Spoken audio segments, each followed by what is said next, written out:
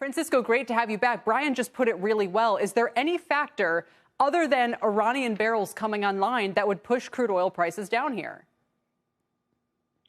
Well, I think that's really the main one. I think if we also see a de-escalation of tensions in the Ukraine, we may lose a few dollars a barrel. But those are really the two main factors. Demand is coming back. Actually, the numbers for January looked very strong in the U.S., reported today, even though we actually lost jet fuel demand and we lost gasoline demand due to Omicron. And all of that's coming back. So we have record demand levels in the U.S. and then some more over the next 5 months. The rest of the world is looking similar. Really strong demand comeback over the next 5 months in our books.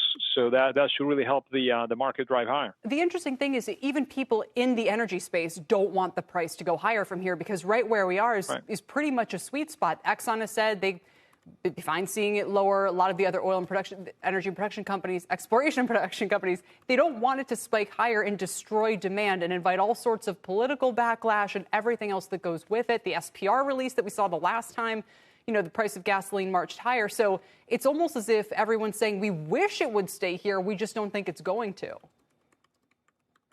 Right. Unfortunately, commodity markets, commodity prices do not stay still for very long. We've been calling for $120 a barrel now for several months. Obviously, Omicron put that on pause, but I do think we have a very low level of inventories to begin with. We have limited spare capacity, and demand is roaring back. And I think there's a huge pent-up demand really for business and for personal reasons. We're going to see a huge pickup into the summer months for travel. I think China locking down, trying to maintain the zero COVID policy could be a factor that could bring prices lower. Remember, China is the world's number 2 consumer of oil, right around 15 million barrels a day compared to about 20 in the U.S. And also remember that China is the world's number 1 importer of oil, because unlike the U.S., China has to bring in 11 million barrels of demand of supply from abroad to meet those 15 million of demand because of a lack of domestic oil sources. So it could be the case that we get a surprise from China because of widespread COVID lockdowns. That could be a factor. But that's kind of third factor I would point to. But generally, we are bullish. We see prices pushing higher, and we don't think the Fed's tightening cycle is going to impact commodities for the next 6 months. Maybe at some point the Fed overdoes it, flips us into recession. At that point, you want to be bearish commodities, but not in the first round of hikes. Those are still going to be positive for the commodity markets, I think. Let's talk a little bit about international risk and how that might ripple through the market. I see that one of the things you cited was the possibility of an Iran deal. What kind of percentage possibility would you put on there being an Iran nuclear deal that could lift sanctions against that country and bring Iranian oil back into the market?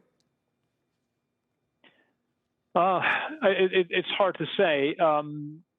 I think obviously the Biden administration has made it clear they are concerned about inflation, and bringing additional Iranian supplies would flip our supply-demand balances into surplus. So, again, it's potentially over 1 million barrels a day that could come back. We are going to have a tight market into the summer. We are indeed penciling in a looser market into the end of the year. So we do think we'll see more barrels coming through from other sources. But if Iran does come in, then you could really see oil prices maybe dropping $15 a barrel or more from the current levels. Do you put that as anything above a 50% possibility, or is it a rare chance? What would you say? I don't think it's a rare chance, but certainly we have a window here over the next month or two where either progress will be made, or I think the political cycle in the U.S. will knock it off into probably end of the year, early next year. So there's a window over the next couple months.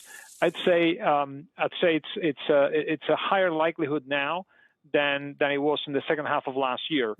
Certainly, the Iranians would like to see a deal. They don't like what happened last time, where they struck a deal and then the Trump administration changed the game. And obviously, I think the Democrats would like to see lower oil prices. Inflation is a real problem in the U.S., and this is the one thing that could actually help bring it down. So, I think there's both sides probably want to get it done. Yeah, I would think. It's a very obviously tricky, ticklish area that involves a lot of sort of three-dimensional chess being played here. Francisco, thanks very much. Francisco Blanch.